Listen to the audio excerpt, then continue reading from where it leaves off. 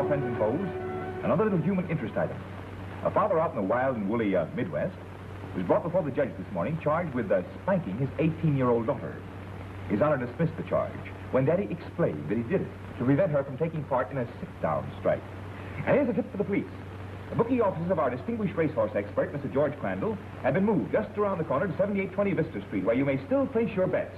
Well, that is, if you can get in. And that, ladies and gentlemen, winds up another news and gossip broadcast by your columnist commentator, Swifty Taylor of the Globe Times. And thank you. Sound of the gong will indicate exactly 5 seconds before 7:45 p.m. This is station KGT atop the Globe Times building.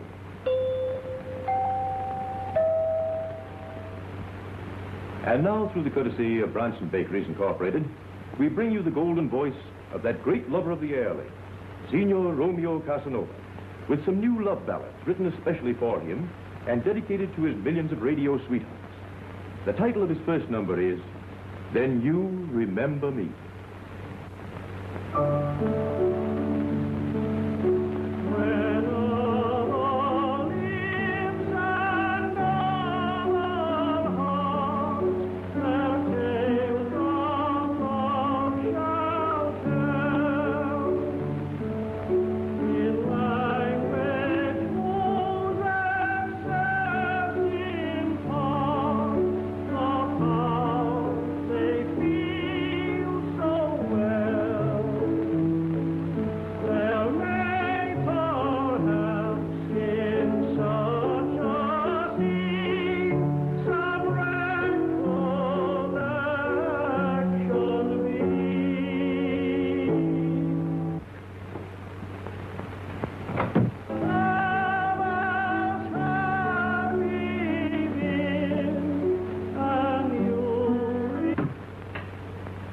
That cauliflower canary, too?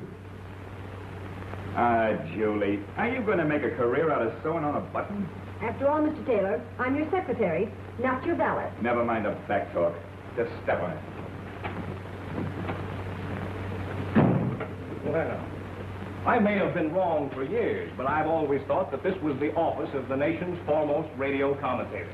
So he thinks. Oh, I get it. Just a tailor shop. Ha! There's one for your column, Swifty. Yeah? It's cranks like that from guys like you that would ruin columns like mine. You shouldn't ignore a bit of wit. What? Wit. What with? I'm ill from laughing. Well, after all, I'm only a reporter. You said it. Well, I gotta run along and turn in my story. See you at the fight, Swifty. Okay, Jimmy.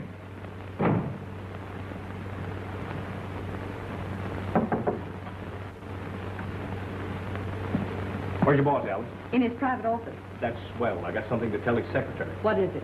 This.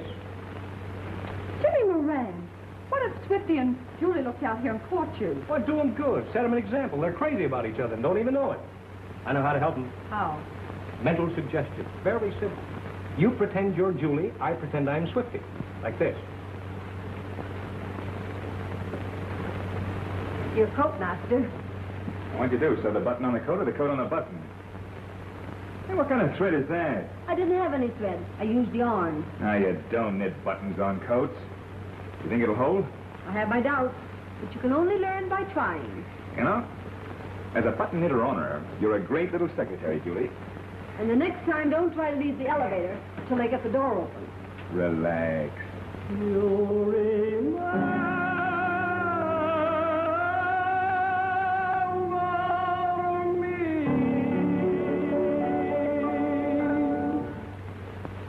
This concludes another program of love songs by Signor Romeo Casanova, the great lover of the airly, brought to you by Branson Bakeries Incorporated. And now, as usual, the Signor will personally say goodnight to his sweethearts all over the world, including you and only you, forever. Good night, sweetheart. Sweetheart. Yes, dear. What'd you say? Skip it. Ladies and gentlemen, as our city election is only a few days away, this station has impartially accorded various candidates the opportunity to use our facilities in expressing their views. Last night, Mr. Henry L. Martin, candidate for the important post of district attorney, spoke from this station. Tonight, you will listen to his political opponent, Mr. Robert E. Sutherland, our present district attorney, who will speak to you from his office in the City Hall. Take it away, Mac. Thank you. And now, ladies and gentlemen, our district attorney, Robert E. Sutherland. Thank you. Ladies and gentlemen, I have neither the time nor the desire to mince words tonight. I ask for re-election in order to continue my work of ridding this city of its human rats, its crooks, grafters, gamblers, and racketeers. I have been relentless in my efforts to stamp out vice of every kind. As you know, already I have put behind prison bars 12 public enemies, and I am about to crack down on number 13. I'll bet the 13th man is shaking in his shoes. I wonder who he'll be. Nobody knows but the DA himself. There are a number of men who can qualify for number 13 on my list. Among them is none other than Henry L. Martin, my unworthy opponent, who wants my office for the sole purpose of turning this city over to the underworld. Wow. That guy's throwing dynamite bombs. I better see if the boss is getting this. Another who can qualify is Louis Christie, one of the most pernicious criminals in the city. Ex-druggist, former bootlegger, who has promoted himself to nightclub owner and big shop leader of vice. And also among those eligible for a prison cell is George Crandall, who has robbed our citizens of many thousands of dollars by his crooked gambling machines and phony horse race tip sheets. Still working? Oh, not too hard. Gee, I'll be so thrilled to get away from here. Thrills?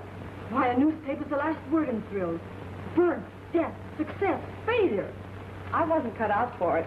I'm a homebody. Gee, I'll love it, planning for Jimmy. First, we'll have a budget. So much for light, so much for gas. Yeah, I've read all that, too. From domestic science to the divorce court. Julie. Only kidding, Alice. You've got a fine boy. But treat him like we do our bosses. Let him think they do all the thinking. You've never been in love. Oh, I've had measles. And another possibility is none other than Dr. Randolph Gorman, whom I threw out of his job as head of the county hospital. The newspapers called his crime mismanagement. I call it graft. Cut that off. Yes, Mr. Baldwin? Joe, have you got that political shindig at City Hall well covered? I sure am, boss. Good. Hold page 1 for a makeover. I'm going to the fight. I'll check with you later. Good time at the fight. Throughout my term of office, I've been hampered in my campaign and efforts to stamp out vice and crime by many unjust and undignified attacks on me by the Globe Times and its publisher, Andrew Baldwin. Nevertheless, I will continue to fight. That's going too far. I haven't hampered him. I've helped him when I thought he deserved it. Don't let it get under your skin, boss. It's the first chance he's had to get back at you. Let's get a load of it. Yes, my friend, 13 will be a very unlucky number for someone tomorrow, because I shall go before the grand jury and start him on his way to the state penitentiary. Another good story, anyhow. See you at the fight. Right. Hey, you. Stick around a while. I may have some work for you. How about you and I stepping out for dinner tonight? It's a miracle. I've worked for him for 6 months, and it's the first time he's invited me to dinner. Stick around till I get back. Call that an invitation? Well, it'll do until a real one shows up. Gosh. I'm going to go home and dress for the occasion. Alice, stick around till I get back. I mean, look after things. You like him a lot, don't you? Behave. He might not know me and take me to a swell place. Another miracle. The miracle will be if he remembers asking you. Don't be a pessimist.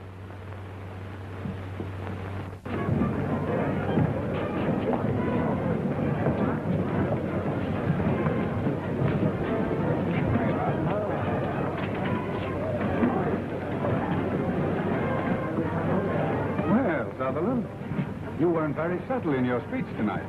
I had no intention of being. I think you'll regret that little attack on the Globe Times. You've been attacking me for months. Don't forget, Sutherland, my paper can break you. You haven't had much luck so far. Well, maybe you'd like to bring me before your precious grand jury. If I do, I'll make it stick.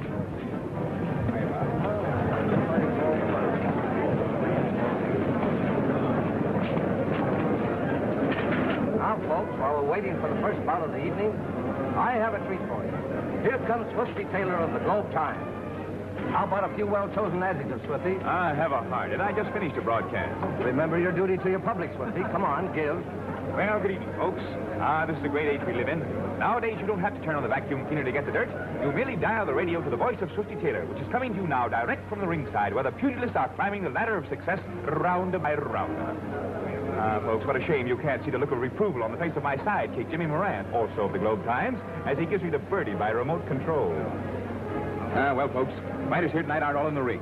No, unless my eyes deceive me, there's Stella Leroy, that red-hot torch singer, with her imitation ermine cape, accompanied by Jack Winslow, that millionaire boyfriend of hers, who tosses his money around like it was confetti. And there's Fighting Bob Sutherland, our daring DA, that titanic terror of the underworld, if any. Yes, indeed, folks, have that speech the DA made an hour ago. He reminds me of Daniel in the lion's den. All around him are the lions whose tails he pulled. A few seats away, there's Mr. Louis Crispy. We call Mr. Crispy an ex-druggist, a former bootlegger, a night club... Well, Louis, the DA sure got a lot up his chest tonight, huh? Yeah. A nice room for a lily. What a night for big shots, folks. A few seats away from me is my boss, Mr. Andrew Baldwin, publisher of the Globe Times and owner of radio station KGT. A few seats away, there's George Crandall. The DA said that he was robbing us poor folks with his crooked slot machines and his tip sheets. Remember? And there's Dr. Gorman, that familiar fight physician who recently resigned from the county hospital, assisted by the DA, according to Mr. Sutherland's broadcast tonight. Well, folks, fight's about to begin, so I'll turn the microphone over to your regular broadcaster who, incidentally, gets paid for it. This is the voice of Swifty Taylor, who gives you the high-up on lowdowns. Take it away, Ed. Thank you, Swifty Taylor. The fighters are coming into the ring, folks. I'll let you listen to the fight announcer. Change these seats. I don't want to sit behind the DA. What's the matter, honey? Has he got something on you? Nobody thinks he has something on everybody.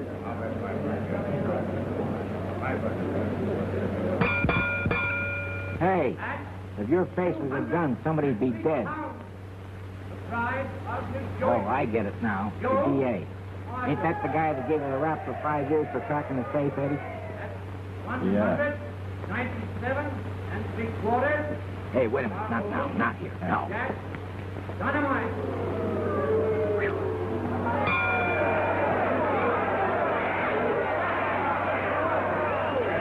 Matter, Bob? Those kids up in the gallery throwing things again. Must be BB shot. Must be forcing the pop bottle. Those kids must be reforming.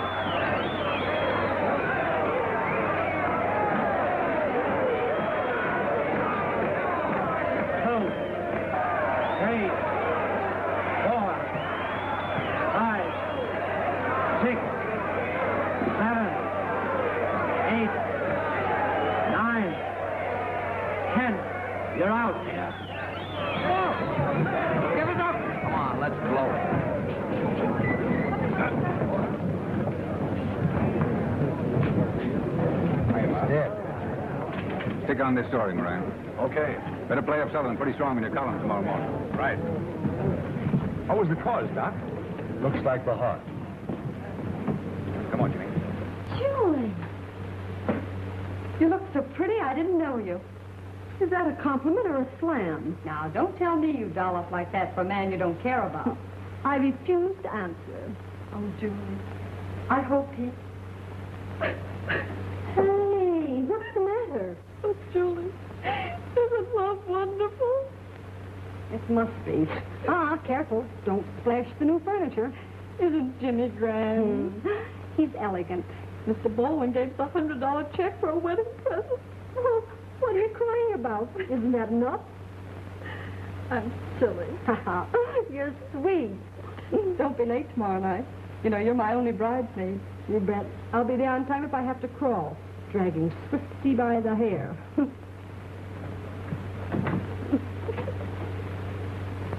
Alice, scram. I was just scramming, Mr. Taylor.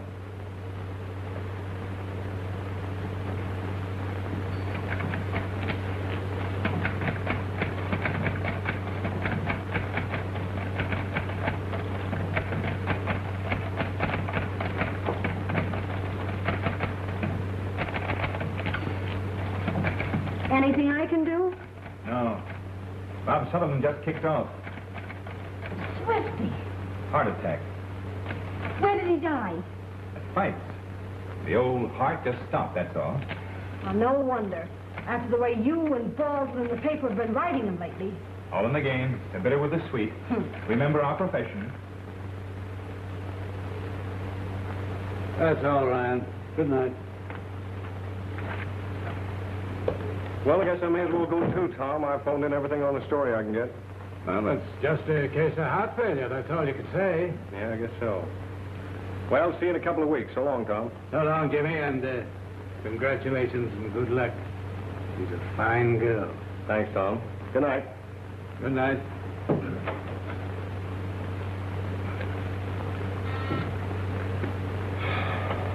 Yeah? Oh, hello, Coroner. What? Why, for the love of Pete, you... Yeah? Say, listen, Doc. Doc, don't breathe a word of this to anybody, especially the papers. No. Yeah, I know. But listen, hold everything back and let my boys get a break on it. Yeah, all right, I'll be right over.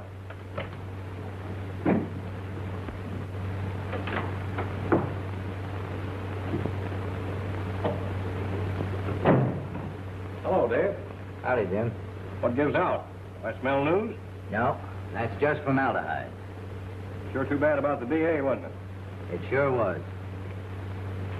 Say, can't you cops find enough trouble without hunting for it with a microscope?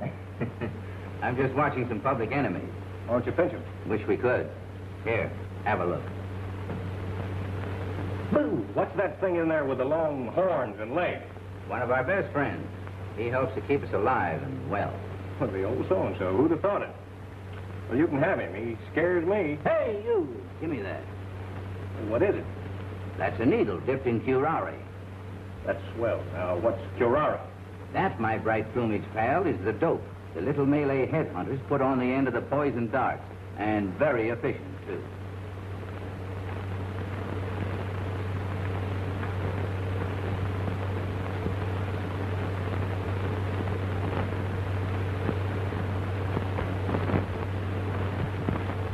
So long, Dave.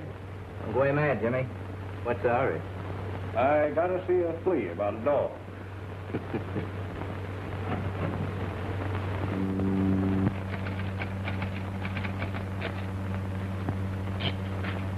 Here, read that.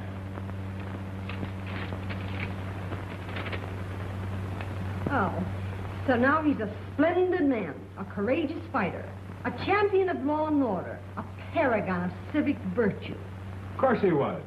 Then it's a wonder you in the paper didn't hand him a few bouquets while he could still smell them. Politics, my beauteous one.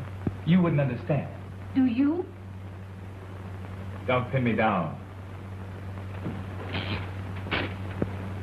I'm going to bust in on the air with a flash announcement.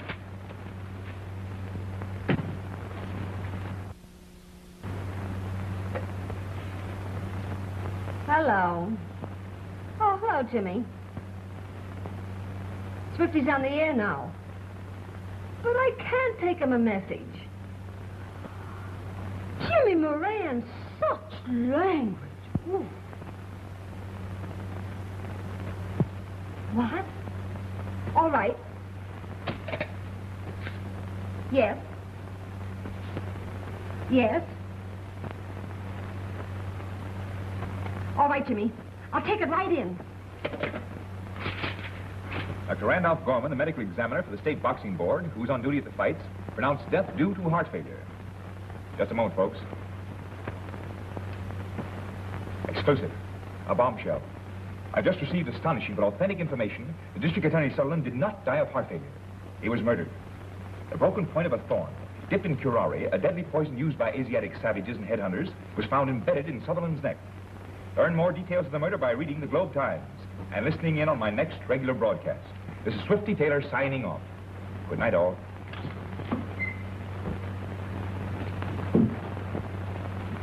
You got that, boss? Get what? The DA didn't die of heart failure. He was murdered by a poisoned dart. I just put a flash on the air. How did you find that out? Well, Jimmy Moran phoned in. He knows it out at headquarters. Nosed it out? Yeah. O'Hara was trying to soft pedal it.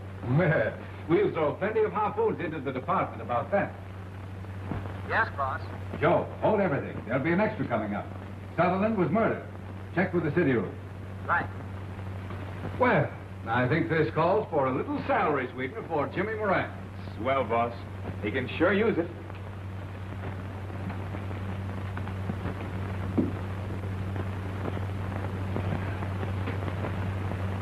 Well, I hope the DA won't hold it against me for all the things I wrote about him. It's all a part of the game. Keeps the administration on his toes. Are we still going to ride the administration? No, I think we'll bury the hatchet. In the DA's grave, so to speak. Well, that's one way to put it. Can you think of any way to find out who the 13th man was to be? Afraid not. What a story that would make. Wouldn't it?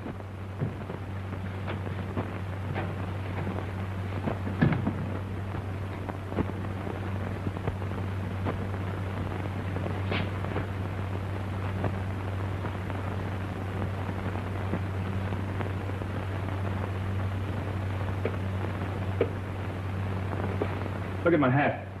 What are you doing around here this hour of night anyway? Starving. Why don't you do your starving at home? Because there's too much food in the icebox. Come on, come on. I'll send you home in a taxi. You'll send me home in nothing. Then you would need a taxi. Listen here, Swifty Taylor. You promised to take me out for a bite to eat, and you're going to do it, or I'll sue you for breach of promise.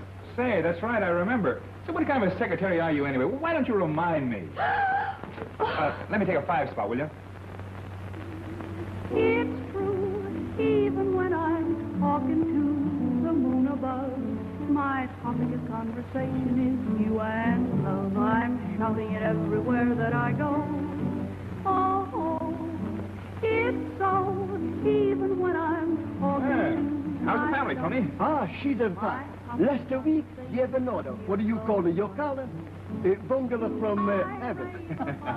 How many bambinos have you got now, Tony? 13. 13? Well, that's an unlucky number this week. Oh, no, not, oh, not for me, Mr. Taylor. I like it, a bambino. What do you want? I'll order later. me again. It's when I keep talking of the honeymoon to be. My topic of conversation is you and me. Sorry, I didn't bring my typewriter. What coffee king is going to be crowned? Give me a word. Slade. Crowned when his wife finds him holding hands with a manicurist, Louis Crispy's, instead of at the Palace Barber Shop. My topic of conversation is you and me.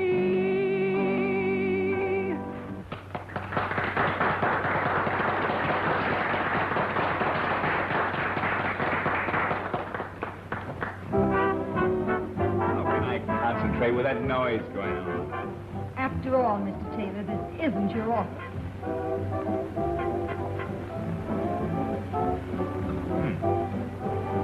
I see Mrs. William Stanton Bridges III is on a diet again. Champagne and caviar. Poor thing. Hello, Swifty. Well, Romeo Casanova. As big as life, and that's plenty big. Sit down, Romeo. Thanks, Swifty. You entertain Miss Walters. I'll see you all later. Oh, sure, anything for a friend. Do you put the feedback on here off, Miss Walters? Not yet. Do you? Sure, I just finished, and it's great. Yeah, I'd buy you a drink, but it's bad for me pipes. You see, I gotta stay in shape. I runs a gymnasium. Doesn't that interfere with your singing? Oh, no, just a change. You see, us artists gotta have recreation. So I train wrestlers and fighters. You are versatile. Say, you might need some strong guys sometime to help you move or something. Well, if you do, just give me a buzz. Thanks, I'll remember that. Well, hiya, Lloyd. Hello, Swifty. Having a good time? Oh, yeah, in a big way. Big Mouth Taylor. Did you hear the crack he made about us at the fights tonight? I want to see that guy. He can't insult American womanhood on the radio and get away with it. I'm going after him and tell him off. Sit down, Jack. Don't mingle with Swifty over there, because the best you'll get out is the worst. How about having a little drink with me? Well, I've done that before. Come on.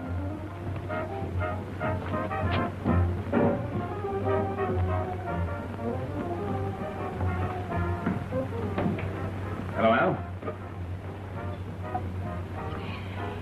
Hey, Gus. Hey, Swifty.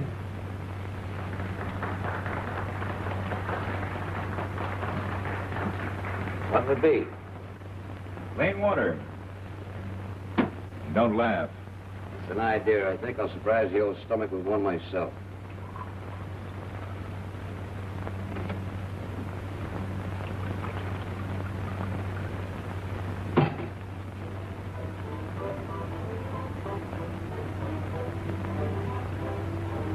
Well, here's to Bob Sutherland.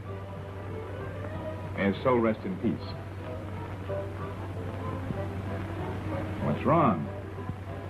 He's a good friend of yours, wasn't he? I wouldn't say that. After all the times he's put the heat on me, pulled in my boys, closed this place up. Well, he won't bother you anymore. All right. Here's to the DA.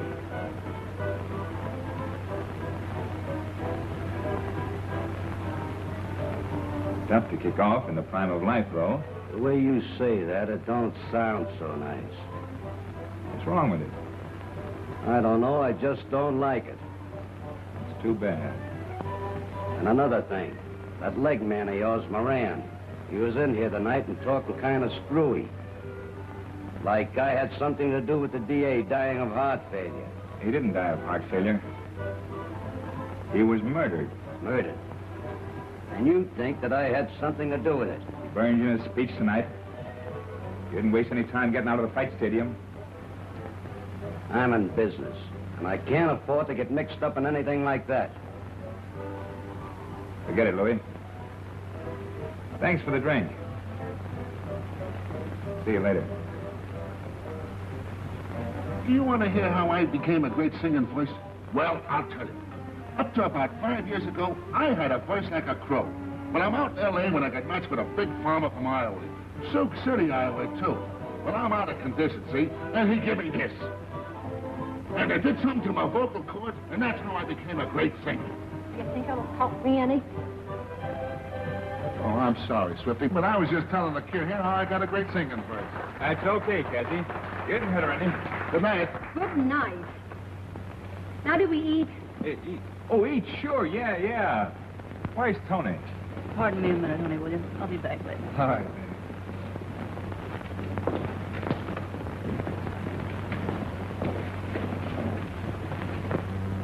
Listen, wise guy. If you know what's good for you, you lay off those cracks about me and Miss Leroy. Say, now, wait a minute, Winslow. A little publicity might build Miss Leroy up to a real attraction. Why, you... Oh! Come on, let's get out of here, come on.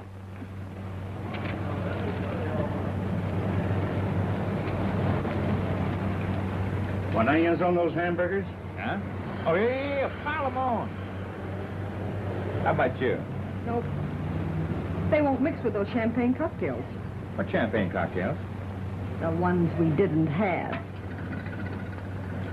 And to think I got all dressed up for this. Joe, give me a rewrite on the election story. Jimmy, you usually have an angle on every killing. Have you got one on this? Well, just a wild hunch, Mr. Baldwin. I'm on the way to run it down now. I may even have something for the Bulldog of the night edition. And then, the big honeymoon.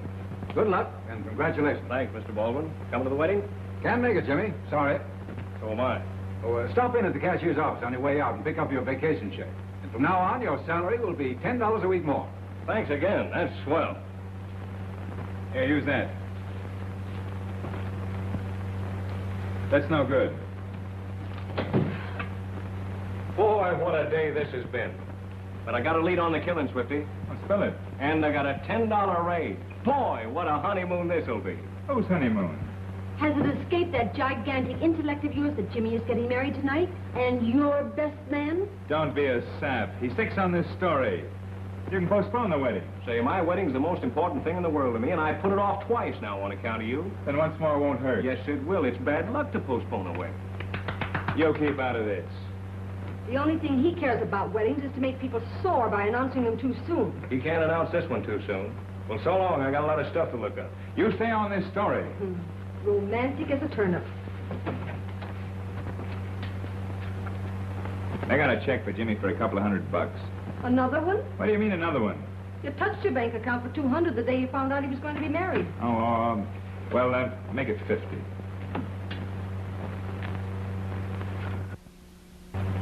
Now, you'd better come clean.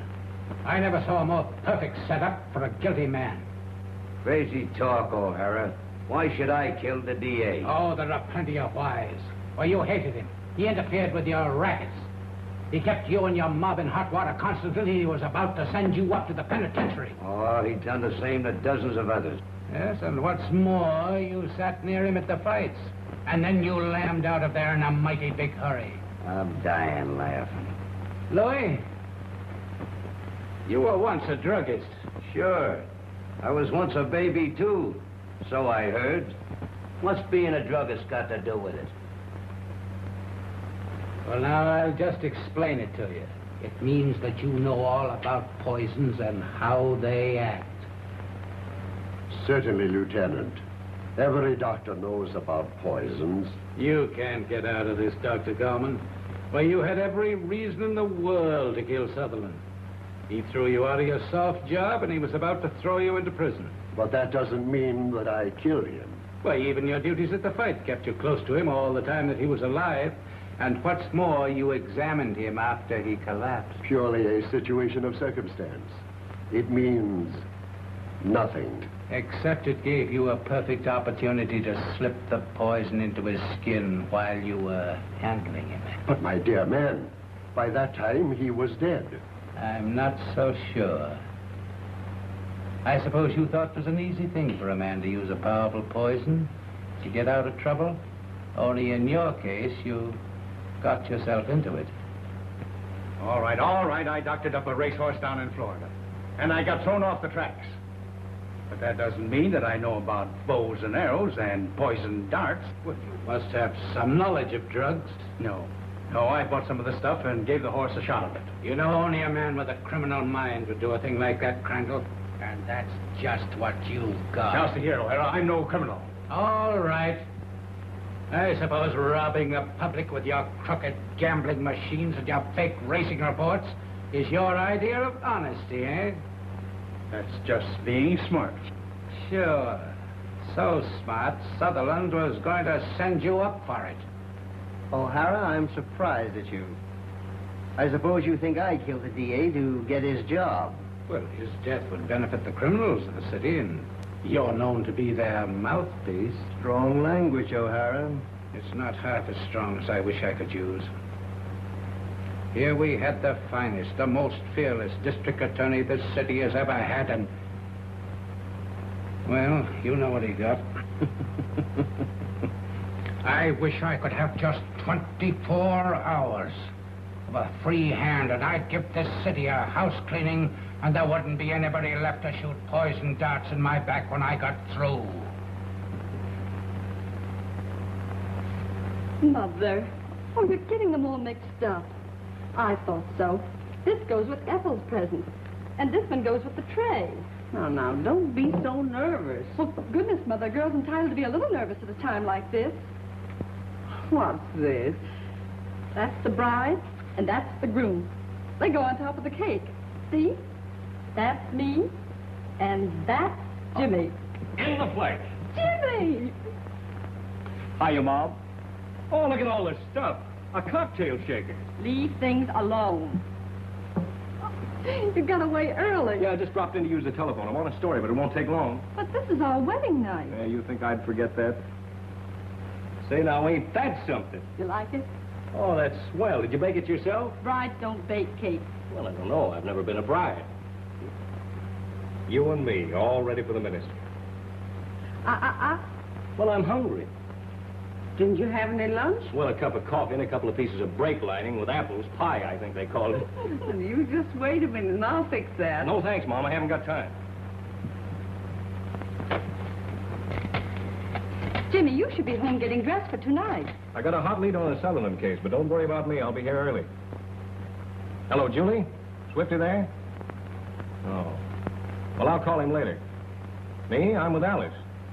Hey, Julie, don't forget, it's up to you to get Swifty here on time and with his shoes shined. Oh, you won't know me. I got a new suit. Bye. Now I've got to get a hold of the boss. What's his home phone? Oakmont, 2864. I'll get it.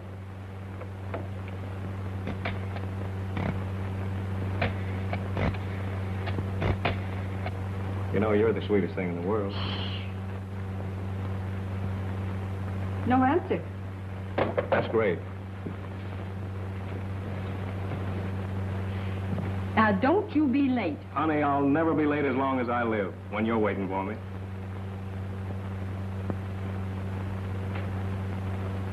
Goodbye, sweet. Goodbye, Jimmy.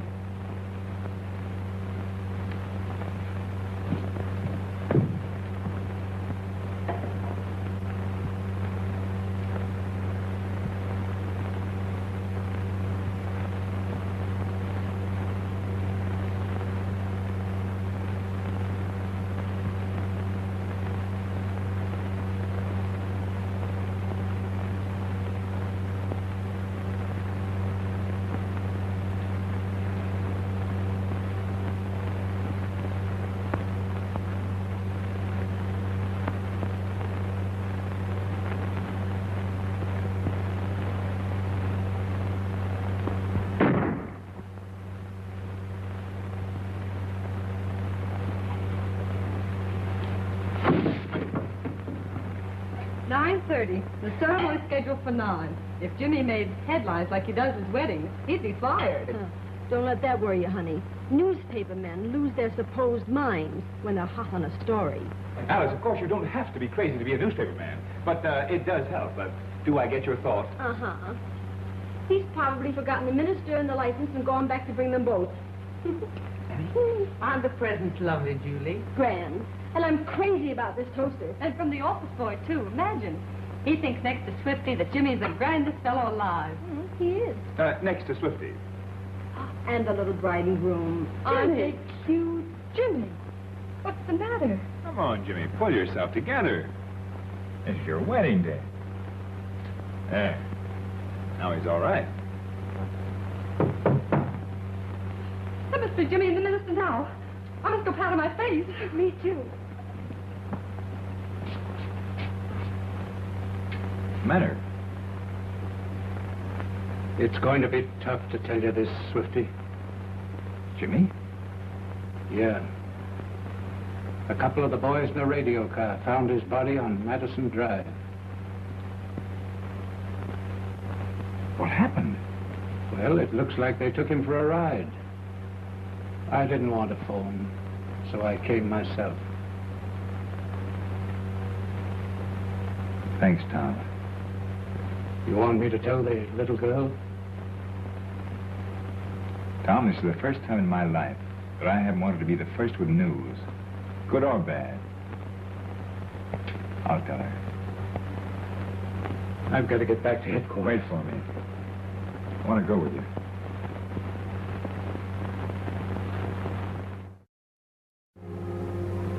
Wasn't that Jimmy? Swifty. What's the matter? That was O'Hara. Jimmy won't be here. Swifty, what's happened? Where is he? He's dead. The police just found him. I'll be ready in a minute, Julie. I'll have to tell her. I'll tell her. Thanks, Julie. Better go with O'Hara now. I hate to leave you like this. I'll pick you up later.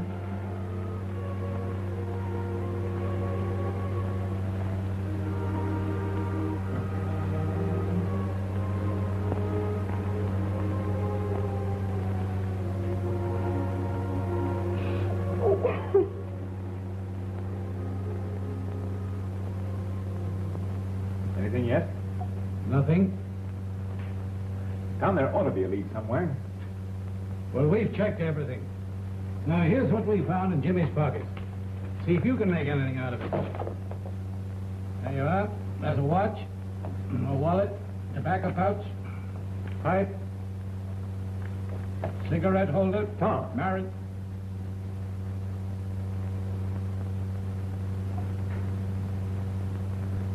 Jimmy never smoked cigarettes.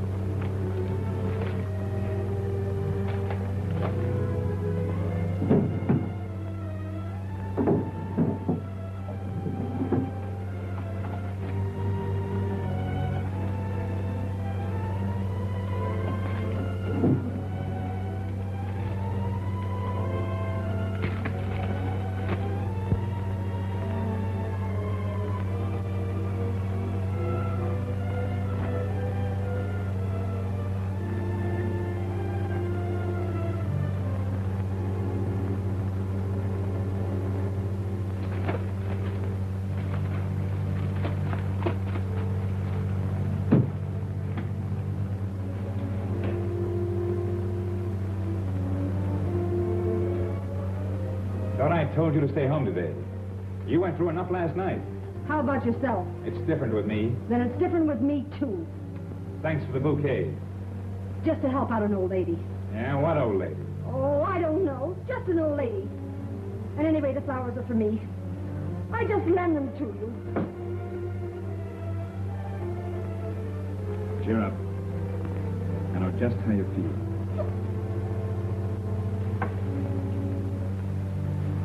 Found something in there that may give us a line on who killed him and the DA. Yes? What is it? An article written by Jimmy a couple of years ago for our Sunday magazine section about poison darts. I'm going to follow it up. But how is this going to lead you to the murderer? I don't know yet. It must have been what set Jimmy on the trail. Oh, Swifty, please leave this to the police. It's the last thing I can do for him.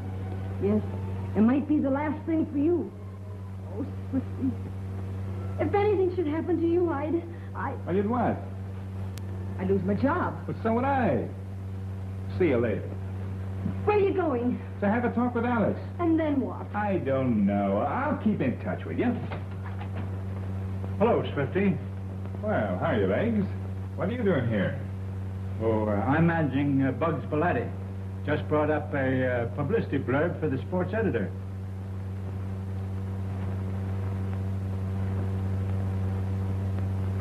Alice? Didn't Jimmy even give you a hint as to where he was going when he left here? No, nothing. You seem nervous or worried. Not any more than any young fellow would be on his wedding day. He was only here a few moments. He tried to call you, and when Julie said you weren't in, he tried to get Mr. Baldwin's home. What for?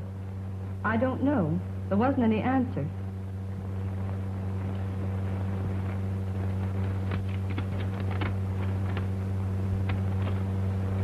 Boss told me to give you this, Alice. You're to take it easy for a while. Your job will still be waiting for you when you come back. Well, that is, if you want it. Of course I'll come back. Keep your chin up, Alice. All expenses are taken care of. Thank you, Swifty.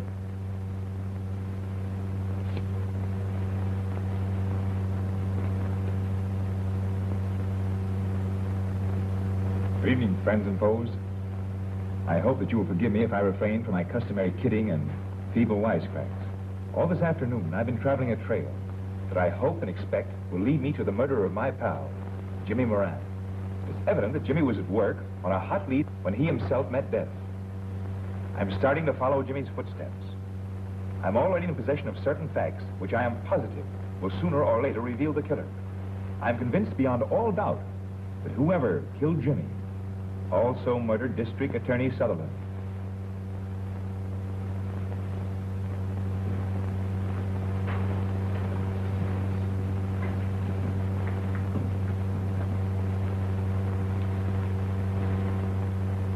Dog ahead.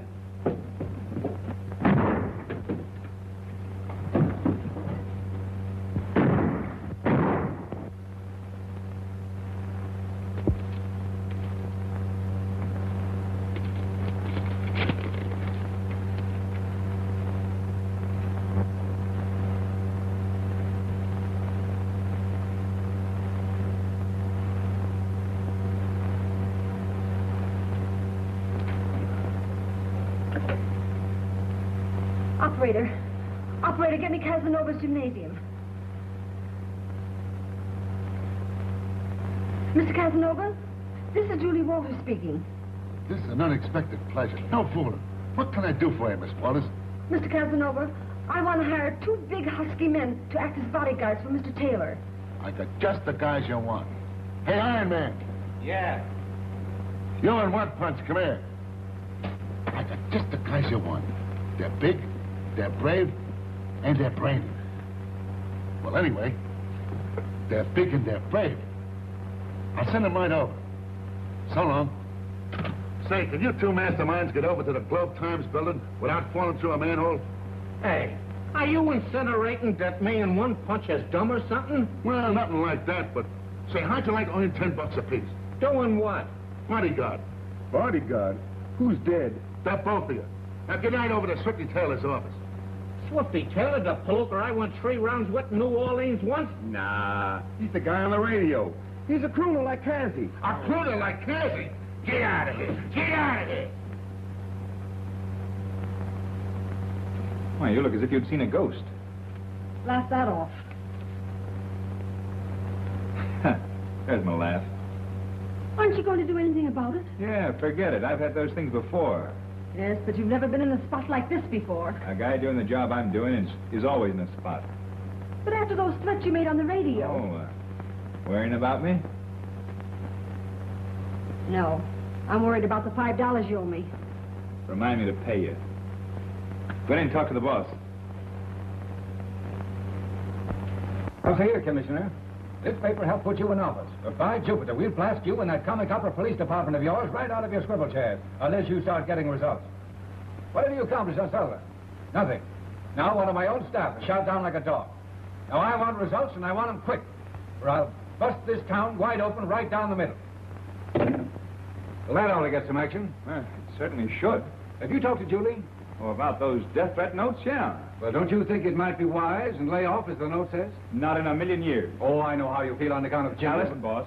Jimmy and my job are about the only 2 things in the world that I give a steam-heated hoot about. I'm going through with this. All right, Swifty, and more power to you. And I want you to know that this paper is behind you with everything we've got. But be careful. I am always careful. I'd hate to lose you. You won't. Yes? Have him come in. It's O'Hara. He wants to see you. Oh, hello, Swifty. Howdy, Mr. Baldwin. Hello, O'Hara. Heard your broadcast last night. Guys who shoot their mouth off like that don't live very long. So I tried to tell him. I'll shoot my mouth off plenty from now on. Yeah, I know how you feel about Moran. But you'd better let my department handle this case. And you'd better start handling it, O'Hara. Well, we're doing the best that we can. Have you really got a lead in this case, or are you just grandstanding? I'm not sure, but I'm getting warm. So was Moran, evidently, and now he's cold. Ah, cut it. I'm going to carry on from where Jimmy left off. So you won't spill what you know, eh? Not till I'm ready. Okay. I don't hold out on you like that, though. You know who that is? Sure, that's Slakes Henderson. Why, he just came out of the clink after a stretch that Sullivan gave him for safe-cracking. Yeah, well, he's up to his old tricks again. He's the one that tried to rob the DA's safe last night. Why, I saw him in the building yesterday. He was trying to plant some publicity for his fighter. Well, we'll plant plenty on him, too, when we get him. Well, how do you know it was Henderson? Watchman recognized him. What do you suppose he was trying to get out of that safe? Incriminating evidence against Sutherland's 13th Man. Of course, you know, he was hired to do the job. A egg like Henderson wouldn't do a thing like that unless he was well paid for it. Then whoever's been paying Henderson must be the guy that killed Sutherland and Jimmy. Well, goodbye, Mr. Baldwin. So long. And remember, follow him every place he goes. Everywhere? Every place? Every place. But we'll liable to get pinched, ain't we? Sure. Pinched? What for? I got pinched for following that dame once. Yeah, he did. What are these? Your bodyguards. Thanks, Julie, but I can't use them. You will, too. I moved too fast for them. They couldn't keep up with me. Listen, you're going to have a bodyguard like it. I got a date with O'Hara. Goodbye, boys. Well, why didn't you follow him? He said goodbye. Oh, follow him.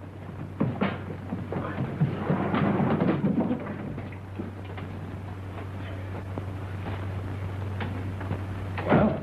Oh, here's what I wanted to show you. What is it? It's the evidence Legs Henderson tried to steal out of the DA's safe last night. Wow. This is dynamite. Well, there's certainly motive enough there for murder. Yes, but after all, it isn't evidence for murder. How have you got that thing, that dart they found in Sutherland's neck? Yeah, sure. Here. Now watch yourself there. Don't worry, I will. Where's that stuff that was in Jimmy's pocket? Sure, right here. Here's what I want. Never been used. So I noticed. Notice how it's been reamed out? Yes. Mean anything to you? Well, no. Not particularly.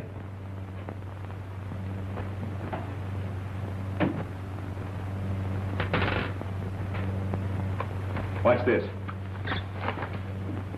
Say, be careful. That thing's already killed one man. It's going to kill another man, Tom. In the electric chair.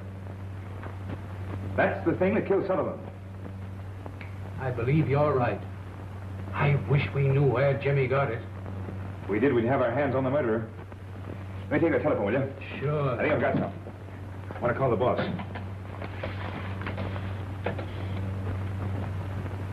Hello. Hello, let me talk to Mr. Baldwin. Swifty Taylor talking. Oh, hello, A.B.? This is Swifty. I've got a hot lead on that Sutherland killing. That's great. Go to it. How about having lunch with me at the usual place? Oh, and by the way, A.B., in case I'm late, will you wait for me? Yes, it's very important. Thanks, B.A. Well, Tom, I'll be seeing you. Say, now, wait a minute. Don't you think I better go along with you? Well, not just yet, but if I find what I'm after, I'll certainly need you then.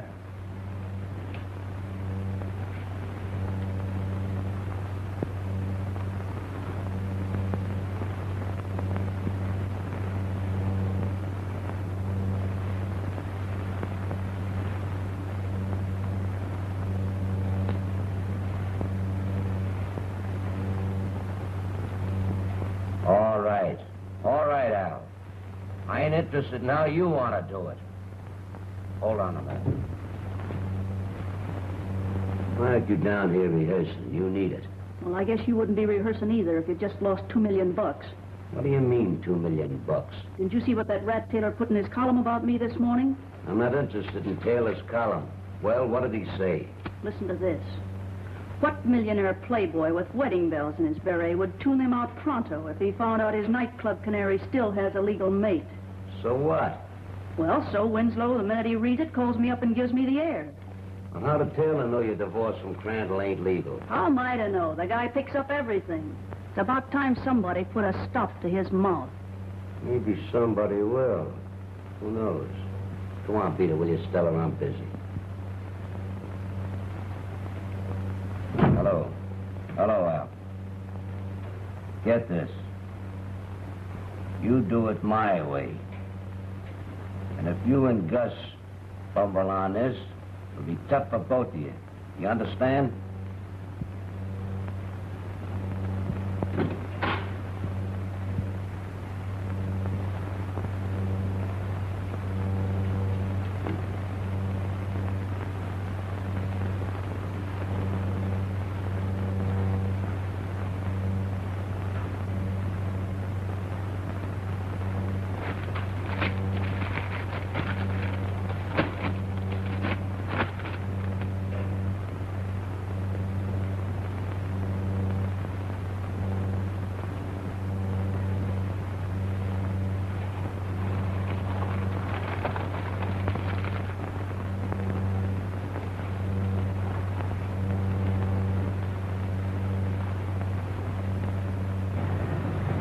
Listen, Punchy, you can't follow a guy until you know where he is, right?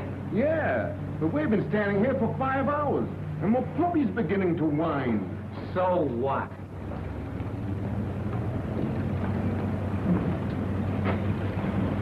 So what?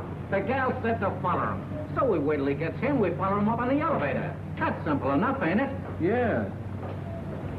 That's him coming now, ain't it? Sure. Now we follow him. Hey, Swifty, come here a second. Yeah? Get in, my friend. What is this, a ride? Now, we're gonna have tea with the boss. Get in.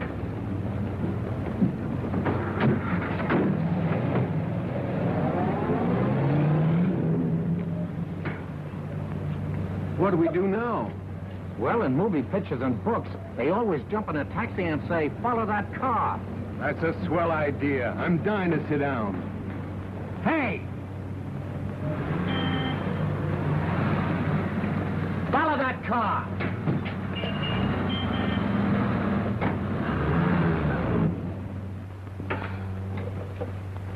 Heard from Taylor? No, Mr. Baldwin. What did he want to talk with me about this morning? He didn't tell me.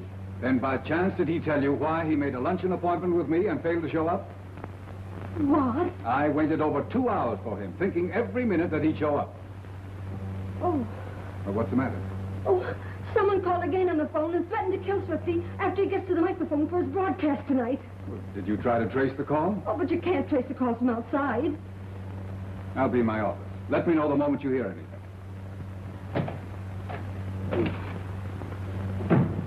Get me Lieutenant O'Hara, police headquarters. And hurry, please. Yeah? Oh, hello, Miss Walters. Why, no, he was here this morning. I don't know. Oh, yes, he was to have lunch with Mr. Baldwin. That's just it. He didn't show up. And another death threat came in on the phone. Oh, Lieutenant, you've got to do something. Don't let anything happen to him. You've got to find him, I tell you. Oh. Oh.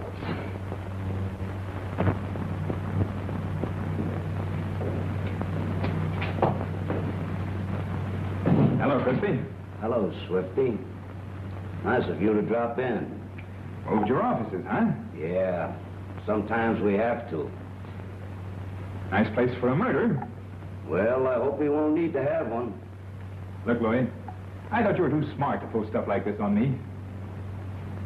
Sit down. Don't be bashful. I just been sitting. You want a little drink? You might need one. No, thanks. What's this all about? That's what I brought you here to find out. To see how much you know. Don't tell me you're worried. Sure I'm worried. I'm worried about you. You know too much. You talk too much. And that ain't healthy. I hate to lose my friends. Quit stalling. All right. Who killed those guys? You're asking me? Listen, I've got no time to fool around. They've got the heat on me plenty. Now I'm gonna find out from you who smeared those guys. Sure you are. On my broadcast tonight. Sonny boy, you ain't gonna broadcast tonight. Listen, pal, I like you. But Al and Gus here, they don't like you. And if this will take you in there and rough you up a little bit, I may not hear it. I may be a little deaf. As well as dumb.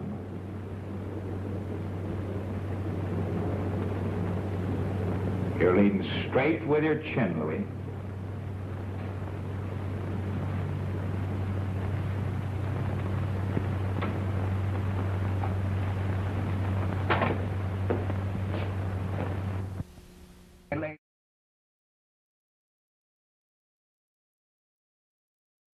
Yeah. Oh, but wait a minute. No. Yeah. Get rid of her. Tell her he's cockeyed or something. Here, let me talk to her. But look, lady, your boyfriend is stiff, plastered. We just saw him go into the Acme Distillery warehouse with a couple of friends and he ain't come out. You mean he's still there?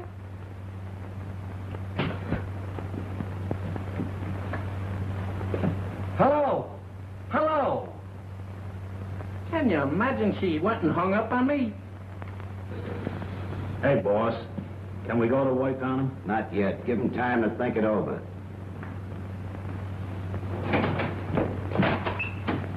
Well, the girlfriend. Is Swifty Taylor here? Yes, sweetheart, he's right in there. Come on, I'll show you.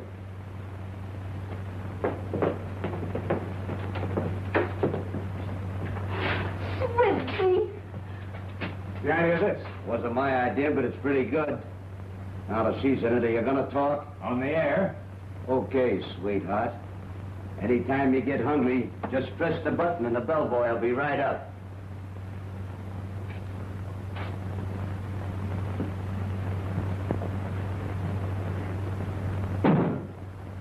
How'd you know I was here? Your bodyguards told me. They would.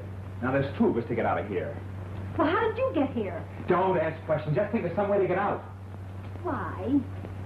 I got the broadcast tonight. Oh, why don't you give your public a rest? Listen, Julie. Look. If I might, the dart that killed Sullivan belongs right in that hole. Where'd you get that? I'm going to spill that on the air tonight, too. Well, what are you doing now? You told me to think. You don't have to make faces, do you? It's my face. I got it. Give me a match. Well, what are you doing, tricks? Never mind. Don't ask questions. Wait for my next broadcast.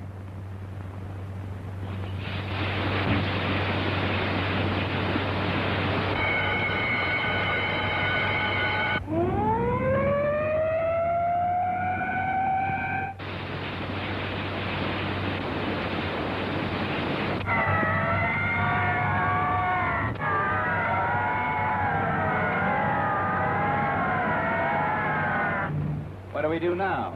Sit and wait for the fire department? Bright girl. Well, it looked like a good idea at the time. Hey, look! It stopped raining. Let's go home. Oh, fine. Yeah. Where's the fire? You're a fireman. Tell me. Here, Julie. Take these poison darts to Dave Elliott, the police chemist. Have him check them to see if it's the same poison that killed Sullivan. Now, you wait at the office for his phone call. No matter where I am, you get hold of me and give me the answer. Now, step on it. Hurry. Okay. Say. Oh, wait a minute, will you? Wait a minute. Hello, boss. Swifty, where have you been hiding out? I've got all the police in town hunting for you. Tell the boys that I'll be on time for my broadcast tonight. That's great. But what happened to you? I was kidnapped by Crispy. I just got away. Crispy? So he's the one. Well, it certainly looks that way. And listen, boss. Phone O'Hara. Have him round up Crispy and all his boys. Get hold of every suspect that he's got. Have them all at the broadcast room. You hold them there for me. That's right. Okay, boss. Thanks. Say, what's your name? Taylor. Swifty Taylor. Not Swifty Taylor, the columnist. Swifty Taylor, the columnist. What? Got three. Thanks.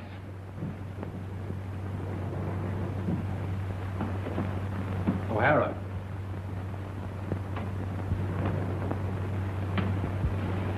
Now remember, Taylor's safety is in your hands, and I don't want any slip-up.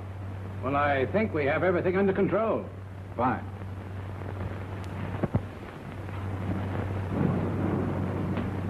Everybody here? Yes. Everything set? I hope so.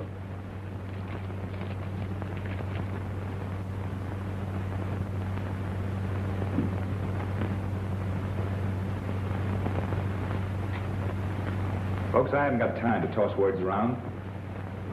I'll tell you why you're all here, in case you're interested. At 10 o'clock, my broadcast starts. Before it's ended, I expect to fulfill my promises made to my listeners and disclose the killer of District Attorney Sutherland and my friend and associate, Jimmy Moran. I'm not a detective. I'm a newspaperman. But of this I'm certain.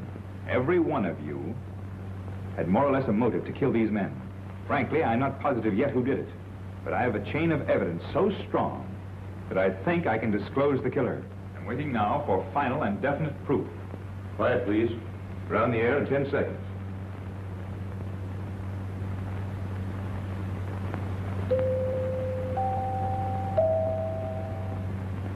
Good evening, ladies and gentlemen.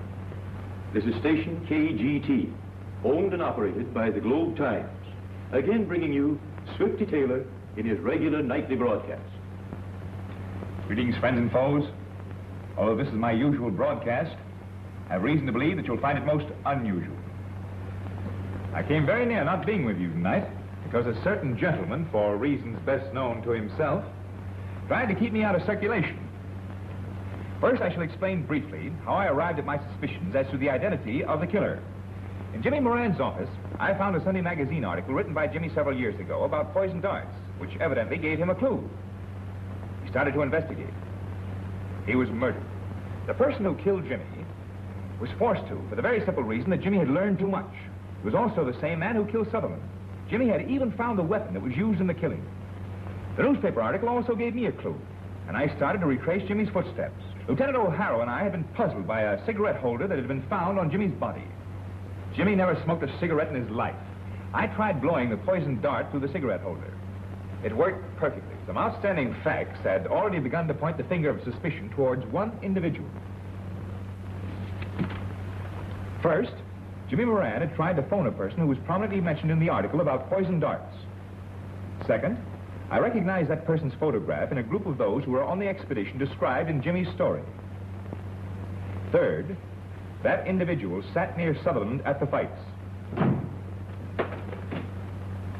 And among a most interesting collection of trophies and relics, I found the identical poison dart container pictured in the article. Before I could have the police check on this cunning little toy, I was kidnapped by Mr. Crispy. Naturally, Mr. Crispy had the best reasons in the world to prevent my appearing on this broadcast. Yes? Yes, Mr. Elliot. He's on the air. Thanks, Mr. Elliot. I'll take it right in.